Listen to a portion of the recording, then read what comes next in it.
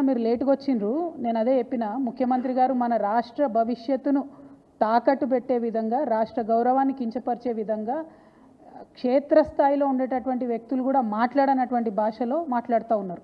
కానీ ఆయన అట్లా మాట్లాడడం వెనక ఏంటంటే ఉద్యోగులకు చేసినటువంటి వాగ్దానాలను ఎగ్గొట్టాలి, ఇచ్చినటువంటి 6 గ్యారెంటీలు ఎగ్గొట్టాలి, అన్నీ ఎగ్గొట్టేసి కమిషన్లు వచ్చే విధంగా ప్రణాళికను సిద్ధం చేసుకుంటున్నారు. కాంగ్రెస్ అంటేనే కరప్షన్. దానికి మళ్ళొకసారి ఈ ముఖ్యమంత్రి గారు ప్రూఫ్ చేస్తూ ఉన్నారు. 100% మీరు వాళ్ళని ఇవ్వమనండి, ప్రభుత్వాన్ని శ్వేతపత్రం ఇవ్వమనండి. అసలు కాంట్రాక్టర్లకు ఎంత పేమెంట్ చేసిరు అడగమనండి.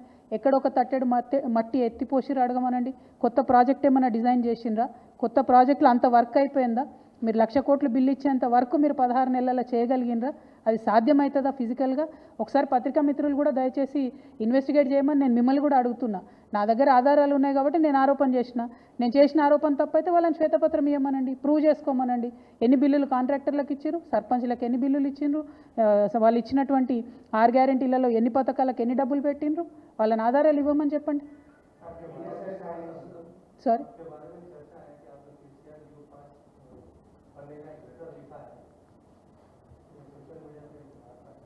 नहीं, मेरे बारे में तो चर्चा बहुत होता जी, ये नई बात नहीं है. बहुत सालों से चर्चा चलता मेरे बारे में. నా గురించి రకరకాల కథనాలు వస్తూనే ఉంటాయి, రకరకాల ఆరోపణలు కుట్రలు అని చెప్పి సోషల్ మీడియా అంతా బాగా నా మీద ప్రేమ అభిమానాన్ని ప్రదర్శిస్తుంటారు.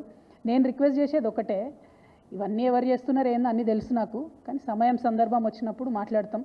ఇట్లాంటి అంశాలను పెద్దగా ప్రాధాన్యత ఇచ్చి మాట్లాడాల్సినటువంటి అవసరం ఇప్పుడు లేదని చెప్పి నేను భావిస్తూ ఉన్నాను.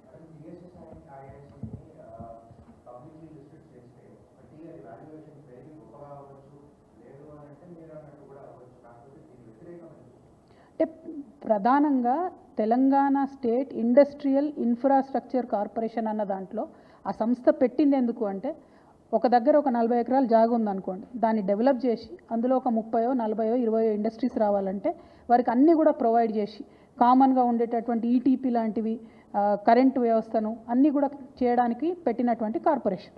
అంటే ఎగ్జిస్టింగ్ ల్యాండ్ని డెవలప్ చేసి ఇండస్ట్రీస్ రావడానికి వీలుగా చేసేటటువంటి కార్పొరేషన్.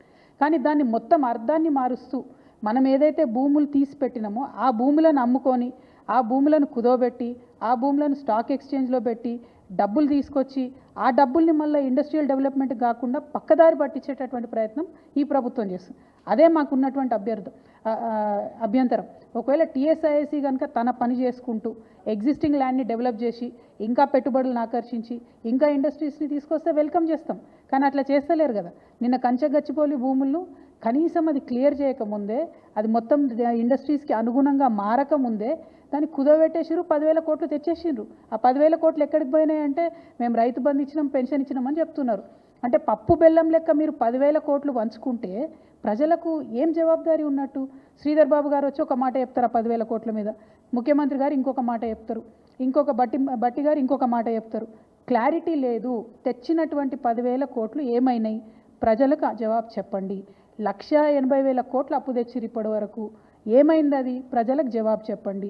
టీఎస్ఐఏసీని ప్రైవేట్ నుంచి పబ్లిక్ చేస్తే అది పబ్లిక్కి పనికొస్తుందా, లేకపోతే రేవంత్ రెడ్డి గారికి పనికొస్తుందా? రేవంత్ రెడ్డి గారు ఖజానాలో డబ్బులు తెచ్చుకోవడానికే టీఎస్ఐఏసీని మారుస్తున్నారని వాళ్ళు నేను అలిగేషన్ చేస్తున్నా. వారిని జవాబు చెప్పమనండి ప్రజలకు. Thank you. జై తెలంగాణ.